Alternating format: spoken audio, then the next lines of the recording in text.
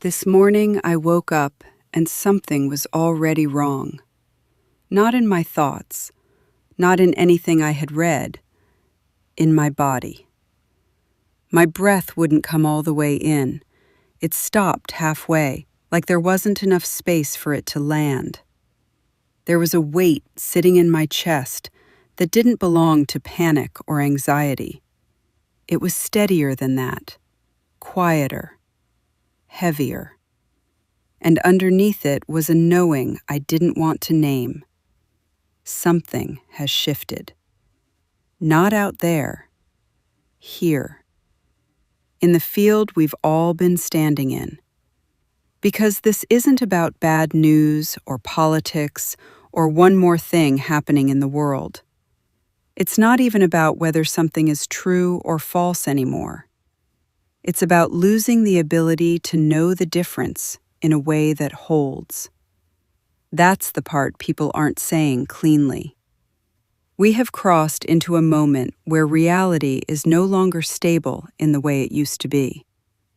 Not unstable like chaos, unstable like ground that no longer holds your weight the same way. There used to be something underneath all of this that we didn't have to think about, a shared reference point.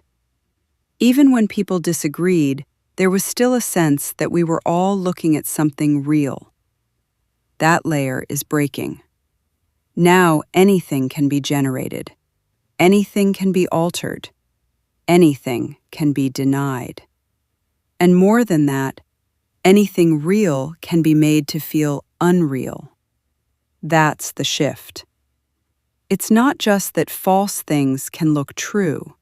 It's that true things no longer feel anchorable. And once that happens, the mind doesn't know where to land. The body responds even faster. It tightens. Because the body needs orientation. It needs something to organize around, something stable enough to relax into. And when that disappears, even subtly, your system feels it, as pressure, as restriction, as breath that won't fully come in. Because on some level, it knows. The ground has changed. And this is the part that hasn't been faced yet. We don't just have a misinformation problem. We have a reality problem. The structures we used to rely on to confirm what is real, media, institutions, images, even evidence, are no longer stable reference points. Not because everything is fake, because nothing external is unquestionable anymore. There is no longer a place you can point to and say, without hesitation, this is real. This holds. And once that breaks, it doesn't come back. This isn't a cycle. It's a threshold. A quiet one, but final. We have crossed into a space where reality can no longer be held together outside of us. And most people are still trying to stabilize themselves by reaching outward. For confirmation, for authority, for something that will tell them what is real so they can finally exhale. But that exhale isn't coming from out there anymore. That's why people feel on edge without knowing why. That's why everything feels louder, faster, harder to process. That's why the body tightens even when you're sitting still. Because the reference point has moved. And no one told you. So now you're standing in a world that looks the same, but doesn't hold the same. And the question becomes unavoidable. If nothing external can fully anchor reality anymore, where do you stand?